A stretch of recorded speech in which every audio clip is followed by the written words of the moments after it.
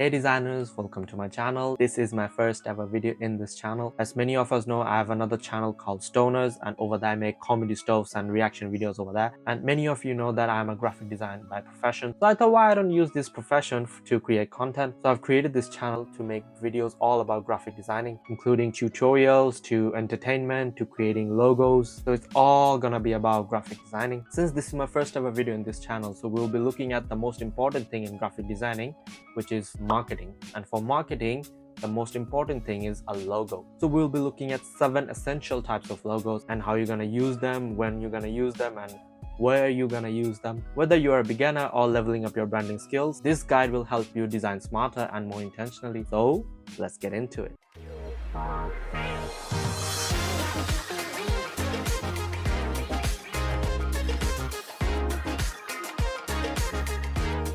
First up is word marks, or also called logo type. These logos are built entirely from text, no icons, no symbol, just strong typography. For example, Google, Coca-Cola, Visa, and many more. Wordmark works great when the brand has a unique or memorable name and wants to build recognition around it. Basically, the key here is typography, all about playing with words and designing and showing your creativity around it. For example, Google, they don't have to think much about the logo or anything. It's just they can just simply think of Google and the logo is just gonna pop out in front of them. That's a very good way to create a brand. Next up is lettermarks. This reduces the brand's name to initials, for example, HBO, NASA, or IBM, also many more. Basically, lettermarks are perfect when the brand name is like too long. So the initials makes the logo much cleaner and easier to remember. So basically, lettermarks are very similar to wordmark, both actually working on typography. You can also see the other similarities over here. Designers often focus on bold shapes and simplicity because these have to be legible at tiny sizes.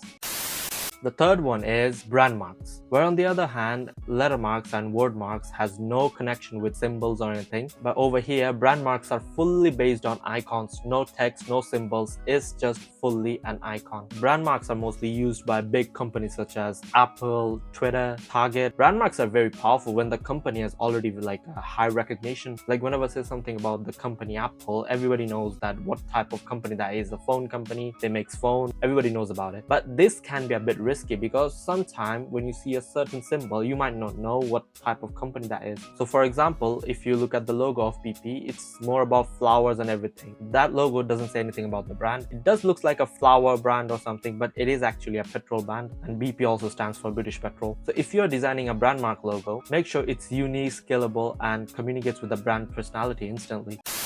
Next, and one of my favorite logo types, are abstract logos. These basically relies on abstract shapes or unique types of shapes other than focusing on literal icons. For example, Nike's tick mark or Pepsi's orb. Abstract marks lets the brand express more emotion. They're perfect when you want to feel the logo feel more universal or future-proof.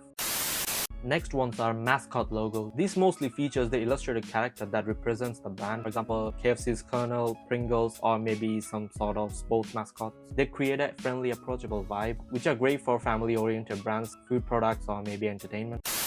Sixth are emblem logos. These combine text and imagery together in a single unified shape, like badges, seals, or crest. For example, if you see the logos of Harley-Davidson, Lamborghini, many universities, for example Harvard, the logo of Superman, they all have text inside a certain shape. The shapes are not anything regular or maybe a regular shape or nothing like that. These are irregular shapes or maybe the shape that represents the brand or maybe anything like that. It doesn't have to make sense because it's all about recognition and brand identity. So if you ever make a logo like that, make sure you design a simplified version first for modern use.